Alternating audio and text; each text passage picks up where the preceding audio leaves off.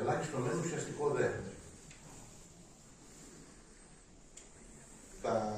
Ήθελα να καλέσω τον υπεύθυνο του Ερυθρού Σταυρού και να τιμήσουμε τον Ερυθρό Σταυρό σαν Ένωση Αστυνομικών Λάρισσας για όλη την παρουσία του στην κοινωνία και για τη βοήθεια που έχει προσφέρει όλο αυτό το χρονικό διάστημα.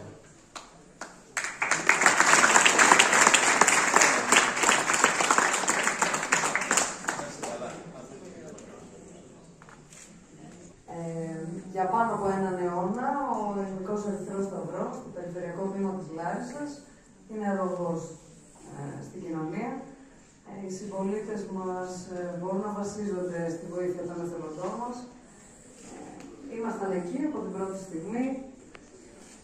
Εντάξει, είναι ένα άσχημο κεφάλαιο της χρονιάς που πέρασε. Το θετικό ήταν η ανταπόκριση του κόσμου και στην αιμοδοσία, γιατί πρέπει να βλέπουμε λίγο και το silver lining. Εγώ είμαι πολύ περήφανη για τους εθελοντές μου. Είναι άνθρωποι αξιοπρεπέστατοι που δίνουν το προσωπικό τους χρόνο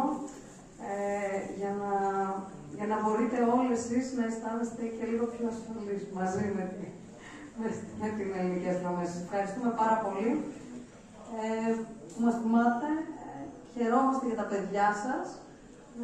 Είμαστε πάντα έτσι σε άριστη συνεργασία όπως είμαστε. Σας ευχαριστώ.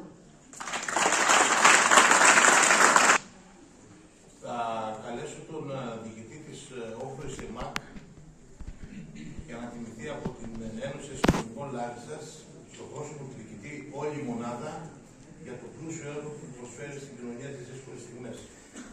Ο αντιπρόεδρος της Ένωσης, ο κύριος